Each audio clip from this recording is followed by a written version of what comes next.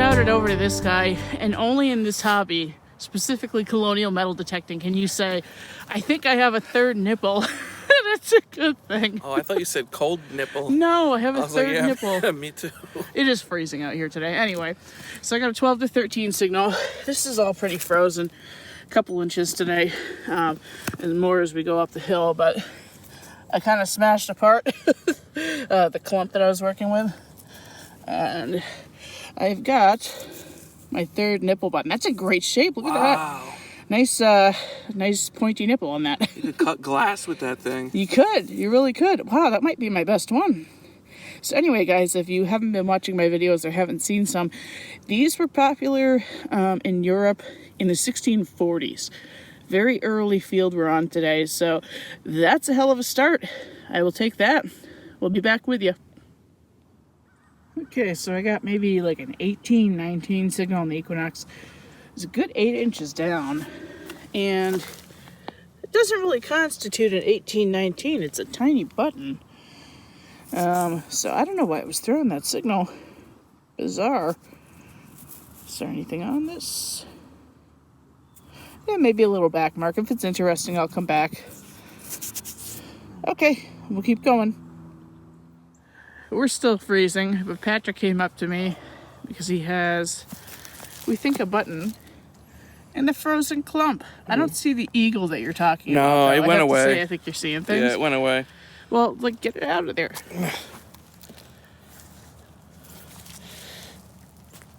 I know, it's a pain in the butt. Come on. I don't want to force it. I will tell you right off the bat, though, don't ever do that with pewter or tomback. Oh, yeah. You will break the button. This is brass, though. We're safe. It looked like it popped loose from the clump. What is that? A giant rivet? Oh, come on. Oh, no, that's a drawer pull. Oh, thank God. Yeah, you're right. Well, actually, no, it looks like a big... Well, no, it's a drawer pull. Whew. Okay, well, you know, that's at least something. It's not a rivet. I mean, come on. Okay, yeah, we'll come back. Well, I just found something interesting. I don't know if it's exciting or not. Probably not, but came up like a 12 to 13 on the Equinox. Now, 6 inches down, sounded really small. And it was. It's this thing. Well, let me get out of my own shadow. It's really hard because I'm trying to block the wind too, but I guess that's not going to happen. I have no clue what it is. It looks like it attached to something, broke off right there. Huh. Seems to be some kind of like tiny little finial. I don't really know. If you have an idea, let me know. All right, let's keep moving. All right, not sure what this is yet. It came up like a 17, 18 on the Equinox. About 4 to 6 inches down. Actually, maybe a little deeper. Flung out something round. Let's see. Do we have a... Oh, I think we have a coin. We definitely have a coin. I really hope this has an ID. That's awesome. Wait, wait a minute. This is a coin. Is it a coin? I can't tell. Nah, I'm kind of seeing a nub for a shank, I think. Yeah, that's what it is. Oh, that had me going. I'm looking for copper number 20 for the year. Okay, well, let me see what this is. I'll brush it off and come back if there's something on it. So I'm just coming back to show you it's definitely a button, and it looks like it has absolutely nothing on it. But I'll take a brass brush to that when I get home. And there's a shank post, and you can kind of make out a faint back mark. So, okay, good target. It's like the perfect size of a farthing, so that was a little cruel, but I will certainly take it. Well, this one took me absolutely forever to find. There's only like a 10 or 12, but figured I would dig it anyway. I literally dig everything out here. Teeny tiny cufflink, I believe. Let's see. Looks like there's oh yeah, there's a beautiful flower pattern on there, I think. I'm gonna brush that off. I'll come right back. Okay, there it is. Brushing it off didn't do much to help the pattern come through. I do think it's a flower, but it's very difficult to see, so hopefully this cleans up a little better when I get home. The back, you can see where this was clearly somebody's everyday cufflink, or part of a set of cufflinks. It's worn completely through the shank. That's really cool. That means somebody wore this like every day, possibly. Awesome. Well, yet again, another low conductor. Teeny tiny little signal. It was way down there, probably 8 to 10 inches. And it's not something I got super excited about because it's so teeny tiny and broken, but I can tell due to that little hole right there, this is actually part of a shoe buckle frame. That's the pin terminal where all of the innards would have been placed into the frame. So that's one of the smallest pieces of shoe buckle frame I found, but hey, I'll take it. Well, this is pretty bizarre. I actually got a 16-17 signal on the Equinox, probably about 6 inches down. Flung it out over here, started rubbing it, and I can see that it's yet another piece of shoe buckle frame. This one's fancy. And I can tell you it's definitely not part of the other piece I just found. I want to show you guys something. So I took this out here. Hopefully, I know the shadows are tough today, but you see how that is all one piece and there's a hole completely through just a solid piece there? Well, on this one, you can see there's kind of a lip where the pin terminal is. Let me see if I can rub this out enough for you to see the hole. There's the hole right there. You can see that there's kind of this lip here, okay? This indicates a much newer shoe buckle, probably about 1790s. This one's more like mid-1700s, so that's how you can tell a rough estimate of age on your shoe buckle frames. So just thought I would throw that bit of information in there. Hope it's helpful down the line for you. Well, I don't think this is terribly old, but it appears to be interesting. It's about an 11 or 12. Decent depth there. And I pulled it out, rubbed it off, and decided to turn the camera on because it looks like it's a little piece of jewelry, maybe? I don't really know. Let's see. The back, I wonder if that's silver. Huh. I'm going to spray that off and come back. Well, I sprayed it off and I'm no further in understanding what this is.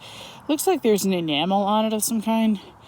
Some kind of copper alloy, I believe. And pretty clearly just plated on the back. I can't even see where this would have attached to something. Maybe I'll figure it out when I get home, but if not, let me know your thoughts on this little interesting thing. Okay, nothing too exciting, but I do have another good target here. It's about 11 to 12 on the Equinox. Not very deep at all.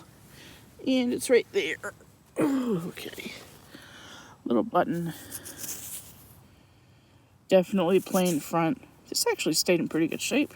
Has a nice patina on there. Let's see.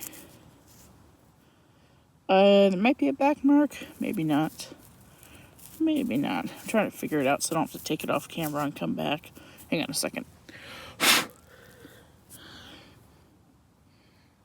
don't think it has a back mark, so I would assume that's colonial. Very good. Okay, well, I am pretty excited right now. I got a 19 on the Equinox, and I wasn't sure if it would be this. Sometimes I really, really hope that a 19 is a half real.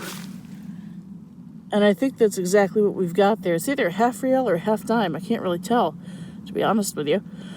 I thought I saw that, like the pillars and stuff on the back. I don't know. But I thought this was a really cool pop because it's very much frozen. Is that a half real? I don't know. Whatever it is, I'm going to take some glamour shots with it like this because that's too cool. I love digging coins like that. Look how razor thin it is. That's awesome. All right, I will be back with a positive ID after I take some photos. Okay, I know I haven't taken it out of the clump yet, but I have something ridiculous, whatever this is. It's not a half real. You see the STA in states. Oh my God. This could be capped. This could be flowing here. Wait a minute. All right, I'm going to come right back. I'm going to take my gloves off and then pop the other side. I think this might be my capped. I think it might be my capped. Oh my God. All right. I really don't know, but I'm super excited and it's hold and everything. Okay. I'm going to come right back. This could be something absolutely incredible. I think that it is. Okay. So let's try to spray this off. on camera because this is something special.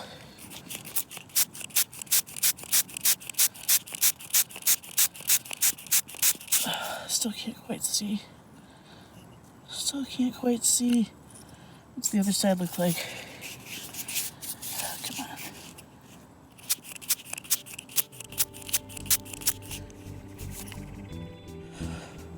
Oh dear God. I can see it. I can see it.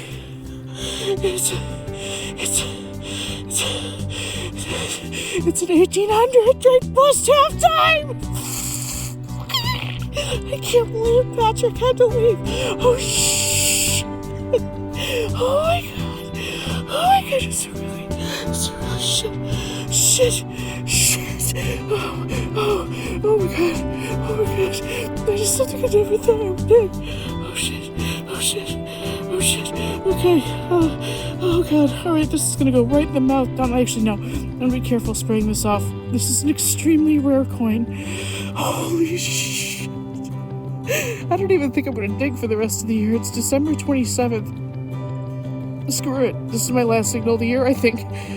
Oh my God. Okay, I'll be back when this is cleaned off. Holy shit. Whew. I have calmed down a little bit. I have messaged a few people because this is something that I just want to share with somebody personally, so... Anyway, sorry that I'm, like, cleaning out my nose. I'm crying. You can see the OO, there are 2 zeros in 1800. You can just make out the bust facing right. There's her nose right there. It's a really, really wasted one, but, I mean, like, for comparison, I don't remember if I just said it or not, but this is, like, rarer than finding a pine tree shilling, arguably. I mean, this has been done, but... Whew. And then there, you can see the wing of the eagle. And these little clouds up here. That's what I saw at first, and I was starting to get... I'm sorry, I'm like stuttering. I'm still freaking out. I was starting to get excited, but I didn't want to get too excited and be disappointed. This is not a coin that I can clean whatsoever. This is probably, at best, going to sit in lemon juice. And because of the condition, it's not worth getting slabbed. So this is something that I will hang on to and treasure for the rest of my life. And I'm not kidding. I really don't think I can bring myself to dig another signal in 2021. I mean, what can you say? That's a once-in-a-lifetime find. I will probably never find a draped bust silver ever again. If I do, that's literally lightning striking twice. Oh, God. Thank you to the gods of metal detecting. And thank you to my stubbornness on this day with partially frozen ground. I'm just in awe. I'm going to stare at this for a while. Probably make some phone calls and... I'm telling you, Knox loves silver. I say it every time. And that is a shameless plug because I'm very proud to be a Detexpert and I'm proud to represent that brand. I've dug more silver with this machine than anything else, so has to be doing something right. Okay, well, that's it for this dig. I am officially done. All right, so there it is, guys, my GRAIL coin. I still can't believe I dug this thing. They are so exceptionally rare. I truly never thought I would get my coil over one of them. I mean, truth be told, up in New England, we probably see more Massachusetts pine tree shillings than we do draped bust silver, period. And evidently, much less the half-dime denomination. Because I didn't know it when I dug it, but it just so happens the half-dime is the rarest denomination of already exceedingly rare coinage. Let me explain. The draped bust dollar across all years saw about 1.3 million minted. The draped bust half dollar comes in around 1.6 million minted. The quarter, 561,000 and change. And the dime at 469,000 across all years. Guess how many half dimes were minted across all years? 179,000. That's it. That's insane. What? Now, I did dig an 1800, which is one of the more common years, but there's no such thing as common when it comes to a draped bust half dime or a draped bust silver in general. Oh, and just for comparison's sake to today's coinage, last year the US Mint struck 1.2 billion nickels. Think about that for a second. We have 1.2 billion 5-cent pieces that are rolling around that were struck in just the last year, compared to 179,000 half dimes struck between 1796 and 1805. Now, it's not a terribly pretty coin, I'll be honest, but you know what? I know I've said this before, so I'm probably going to eat my words, which is a good thing. I will probably never dig anything as rare as that. I really hope I just jinxed myself into digging something epic this year. In any case, here's a close-up. This week, I'm not going to do a wrap-up because the only thing that really matters here is that beautiful, but slicked out, half dime. I know I've probably said it half a dozen times now. I can't believe I dug that. So those were fresh out of the dirt photos. You can't really clean those at all. It's really taboo, and you know, I'd probably wipe the face right off of Lady Liberty, which is not something we want to do. But anyway, that's quite enough talking. I was trying to avoid a super long video because I just wanted to focus on that coin. So we'll get out of here, but first, if you haven't already done so, it's your first time here and you like what you're watching, make sure you go ahead and hit that subscribe button and the notification bell so that you don't miss a thing when I upload videos in the future. And of course, lastly, make sure that you reach out to me for any and all of your metal detecting needs. I do sell equipment. You can reach me at stefdigs@gmail.com, or you can reach out to me on Facebook as well. Okay guys, well that's going to do it for me this week. I really hope you enjoyed the episode. I have been sitting on this footage since, well, December 27th, and I'm so glad that I can finally share it with all of you. So until next time, get out there, save what you can, do what you love. We'll see you next week.